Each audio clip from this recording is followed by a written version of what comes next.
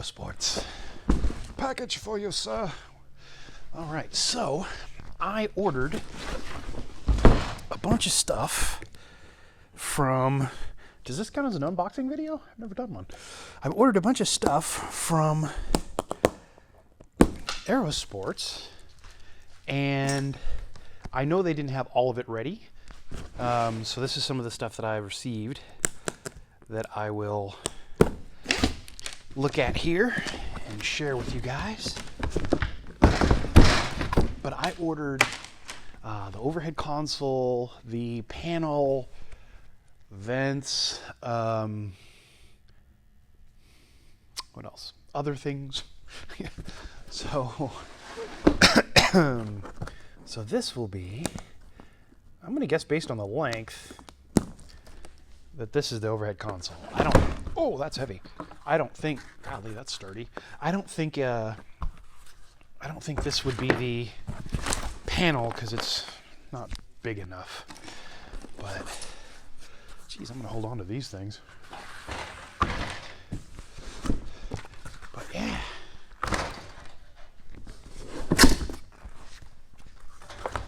All right.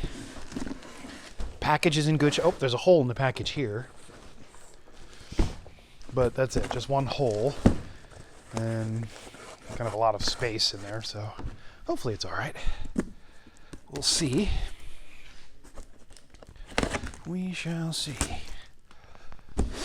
So a lot of you have responded to my last video about motivation. And I really appreciate it, but I think more importantly, there's something else that I would like to address that I think needs to be brought up. And that's the number of you who did not like my beard. That's messed up, y'all. The beard was glorious. Oh, we're gonna get peanuts everywhere. Oh no, why can't we open? Oh my goodness, they're already going everywhere.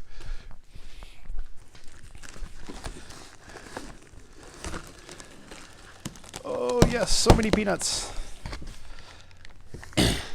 Yeah, the beard was awesome. I don't know why you guys didn't like it. All right. So, I should get a bag because I've already got a million peanuts all over the floor. And there's a million more in here. Let's see. Oh goodness. All right, yeah, let me get a bag.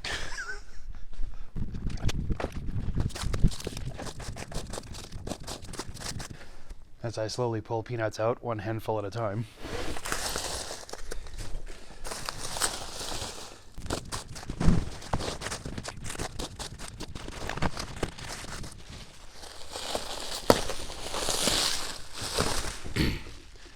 Okay.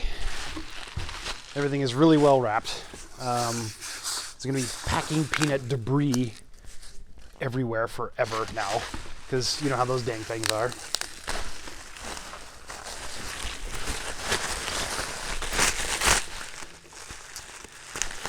And it looks like this is the overhead console.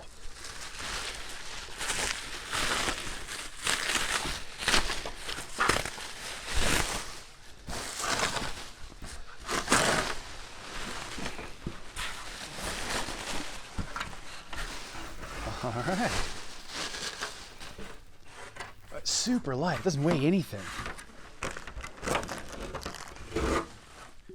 Okay, so here's the console itself. All out of fiberglass. Or carbon fiber, I guess? I don't know, this weighs nothing. This literally weighs nothing. And that's nice. I'll have to go try to test fit it over there here in a minute and see what it looks like there. And then some panels and whatnot.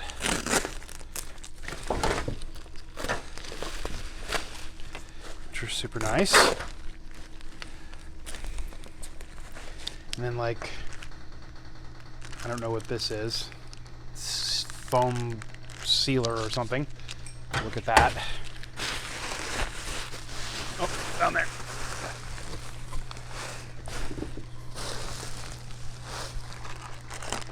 Oh, and these are the vents. So these are the super nice vents.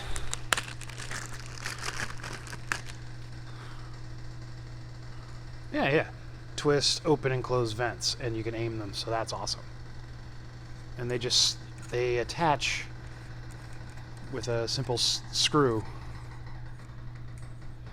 Awesome. Okay, so that's what I've received. I've got 4 of the vents, this one piece here, and then, like I said, I still have a bunch of stuff outstanding. So we'll see as they come in. I will show them to you guys. Regarding the beard, what can you do? I like the beard. My wife hates it, so, and most of you apparently hate it too. So that's a thing that will go by the wayside. The other thing that I had talked about was the fact that you guys were really very cool about the motivation thing. Oh yeah. The motivation thing is something that I struggle with, and I know a lot of you struggle with it too, apparently, after talking to you guys. I got a ton of emails. Thank you so much. It just means the world to me that you guys go out of your way, take time to email some random loser like me. It was good stuff. Really does help with the motivation quite a bit. And it sounds like a lot of you struggle with it too. So, oh, that fits like butter. Oh, that's just beautiful. Fits like butter? What the hell does that mean? Anyway, this looks great. I mean, everything just fits perfectly. Wonder how they did that. Did they like order one of these just to make this? Maybe? I don't know. Not this one, but I mean, like, they order one of these to then to make the reverse mold that they then build the thing for this on, Otherwise it wouldn't fit perfectly. Which it does. So awesome. But yeah, the motivation thing was that was awesome, because so many of you apparently kind of have the same thoughts and feelings and struggles and whatnot with it. So meant the world. Thanks so much for emailing me. And I'm continuing to answer those emails slowly. There's just a lot of them, so if I'm a little slow on the uptake, forgive me. Same thing with comments. I know a lot of people comment, and I try to at least read them all, if not try to answer some of them. I can't answer all of them, but yeah. So my motivation is you guys. So thank you very much. So I'm gonna get back to work. I have been working on wings, and I am going to be lowering my fuselage soon. So here, let me show you this. This right here, let me lower. Let's see. It's like a real-time view. I don't normally do it this way, but look at this ridiculousness. Look how far off the ground this is, right? It's at hip level. This should be, I mean, not much farther than that off the ground. I think someone said it was a total of either 19 or 29 inches, I forget, off the ground when it's on its wheels. I want to lower it down to like here, because I'm to the point where I'm going to be getting in and out of this thing a lot. And well, how am I going to do it right now, So I'm going to lower the whole thing down. I'm literally going to cut that off down there. I'm going to lower it down, and that'll make life a lot easier. So one of these days you're going to watch a video and this thing's going to be a hell of a lot lower, and that's because I just did it. So I probably won't show you guys that because it's just cutting wood. So I'm going to go clean up peanuts now and then maybe work on the other wing a little bit, because I still got a lot of rivets to do. Closing up a wing takes forever. I forgot how many rivets are in a damn wing. And then wait for the rest of my order. Like I said, I still have the panel, and across the top of the panel, like the leather with the handholds. What else did I order from them? I ordered a bunch of stuff from them. So that stuff's coming. So I'm looking forward to it. All right. Motivated. Got to get to work. All right. Halfway mark. So this skin is now firmly affixed. No oil canning or anything like that. So that's really good. I do have one gross booger right here, which is just a dent. When I put the tool on here, I think I had the bucking bar up inside, because you can't see it, like on this rivet. And then I had the gun on this rivet, and you know, it did that number and it just did put a dent. Oh, I was mad. This looks like a dent right here too, a little bit tiny. It's mostly just a tool mark. I think on this one what I did is instead of having the tool flush like this, the tool was kind of like that a little bit. And so when it riveted, it kind of left a tool mark, and that's what you're seeing right there. The rest of this actually looks pretty good. Most of this will go away. When I spray paint, you'll never even know it's there. This one, put a tiny bit of sort of like Bondo, if you will. And I mean, it's not even very deep. You can feel it and you can see it. And here's a picture of it before I scraped it, and you can see it looks pretty bad, but it's not. It's not really a big deal. It just upsets me. I hate it. Take your time. If it takes 10 minutes to set a single rivet, take the 10 minutes. That's, I think my biggest thing is I rush. I get to a point where I'm like, oh, rivet clock. Okay, now rivet clock. Right? And then I make a mistake. And it's like, ah. So take your time, slow down. So still have the other skin to do. I did have to, okay. Whew. So I've got different of this Plex tubing in here. The brand name is Sharkbite. I keep calling it Sharkbite. I've got 3 in here. There's one down here, there's one here, and there's one about here, right along this rivet seam. I had to pull that one out to do these rivets. There was no way of doing these rivets with that in there. So I pulled it out, and I'm gonna have to put it, work it back in once I get all of this done. Going forward, the piece of advice I would have is absolutely put the Sharkbite in here. It's going to be amazing having this Plex down here. And you can see this is my wingtip wires. It basically almost uses up an entire tube. And so I added another one here. My advice is when you add these closer to the top, which this is the top on this side. This hole, it never even occurred to me that it would interfere with this J stiffener that's running through, because it's, it's 1.5 inches away from the J stiffener. But it's the fact that I just can't get the bucking bar in there. So like I said, I yanked it out. I should have put it down on this side, or over. Same with this one. This one should have been like up here. So just keep that in mind. When you're putting your Sharkbites or your Plex or corrugated tubing, whatever you want to call it, keep in mind you still have to assemble the plane. So anyways, I'm going to get to it. I've got all of this to continue doing, and then to try to get the Sharkbite back in. Whew, fun. And for those of you wondering how I was checking to make sure my rivets were good, I was actually using my little GoPro. So I've got the Hero Session 5 GoPro that I was just jamming my arm, into the wing itself, and using the Hero Session 5 GoPro, which was linked to my iPhone, to look at the rivets after I drilled them. And this was a pain in the butt because it's just not convenient to try to reach in there and grab it and then try to look at the iPhone at the same time, and angling the camera to look at everything was really awkward, and it took 2 or 3 tries. But I did check all my rivets. They all seem fine, and I'm happy.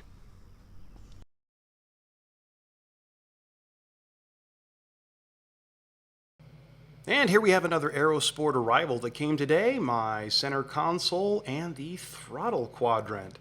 Really high quality, very nice stuff, guys. Well done. Can't wait to actually get it in the plane. But now back to the wing.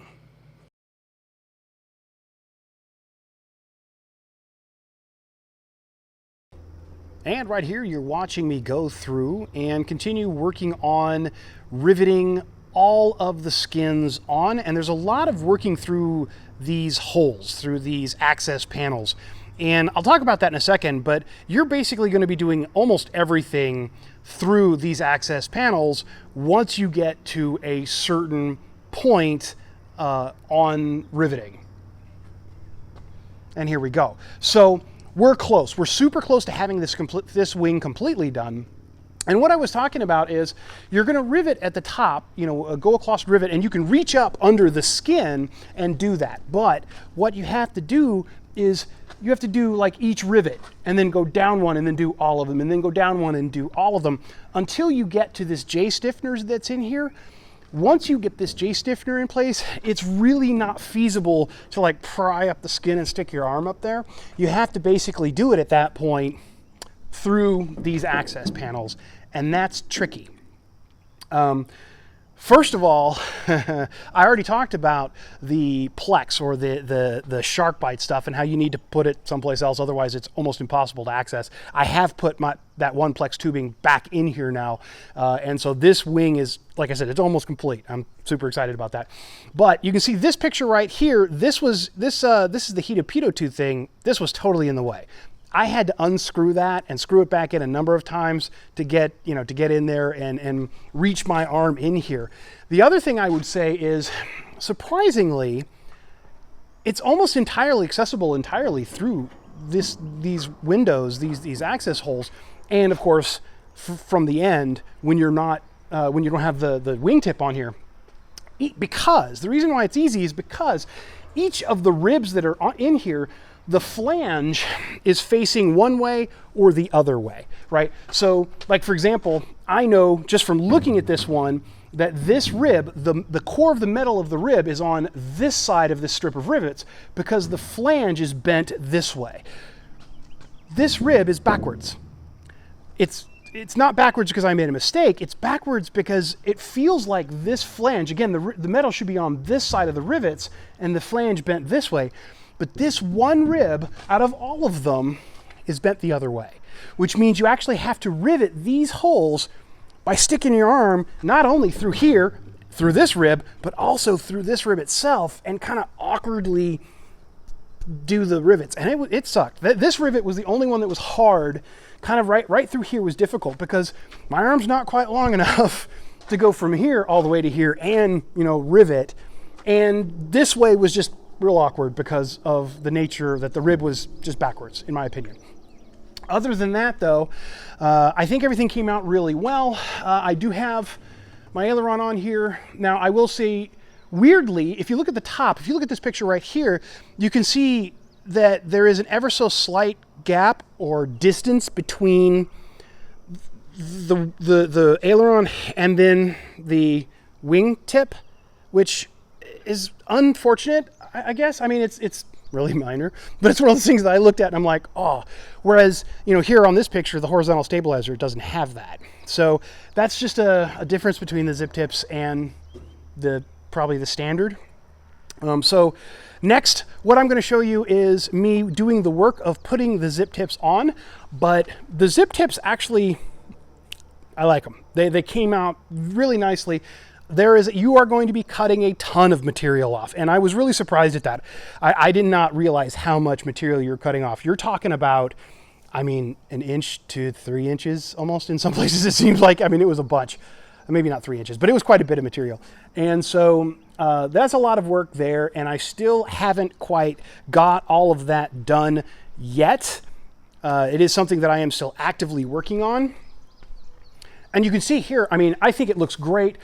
It's butted up beautifully against the wing. There's plenty of room still in the flange that's part of the zip tip. And under here, there's still plenty of room, but you had to cut off a lot of material here. This material came out to like here, and I cut a bunch off. And that's correct. That's what you're supposed to do. I was really leery about cutting all that off, but I cut it off. It came out awesome. And so now I'm going to go through and I'm going to add all of the nut plates and the screw holes through here. Now I need to order more of the nut plates that I'm going to use for this. I don't have enough. I basically need about 50 per wingtip. And the nut plate I have, I think I've got like 30 of that particular nut plate. It's the smaller nut plate, the K1000-06, I think is what it is what I'll be using. So going to be doing that. I got to order some more of those. And now I've got all the wires run and I've got everything plugged in, and I'm going to test my wires to make sure that all my lights work. And then it's just, it's done. It's done. And I'm super happy. Like I said, it came out really nice. The Pitot tube, heated Pitot tube is awesome.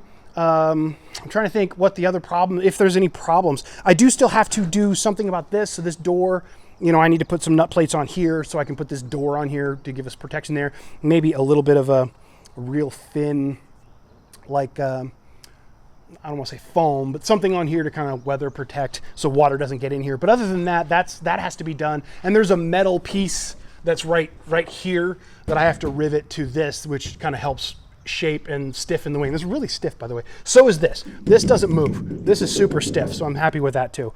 So all in all, the wing came out great. I am happy. I need to finish the doors, finish these rivets, and then probably I'm gonna go ahead and put the flap on here just so that it's not on the floor. It's actually, you know, on the wing, out of the way, and call it done. Super excited, guys. Thanks so much for watching. I really appreciate it. I'm gonna get back to work. I still have a lot to do, of course, and I don't know. I need to order the servo, the autopilot servo for the other wing, and then that wing can get this treatment.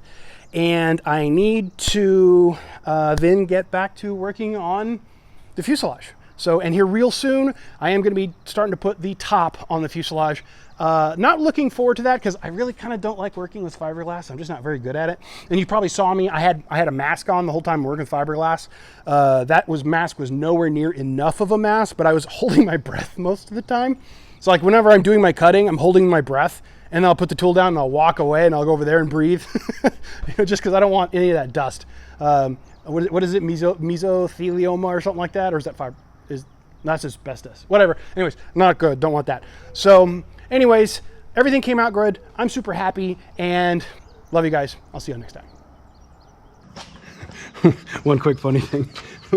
So when I was doing all these holes, my Pitot tube, which I can pull, is this is so my angle of attack indicator, or no, my Pitot's here. This is my angle of attack. The blue is the angle of attack.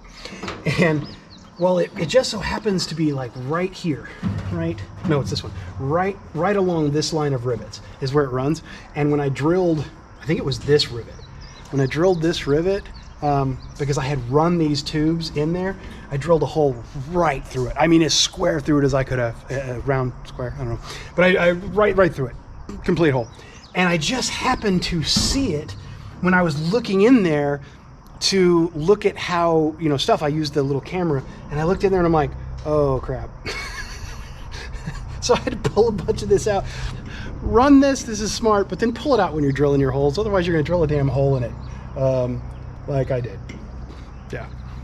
And also I need to figure out how to put these on. Like I need to figure out what the proper way to put these onto the heated PO tube. I don't know if I just jam them on there and then just slide the whole thing in there or what. I don't know. I'm gonna solve that, but for now they're just hanging here. But anyways, don't drill holes in your tubes.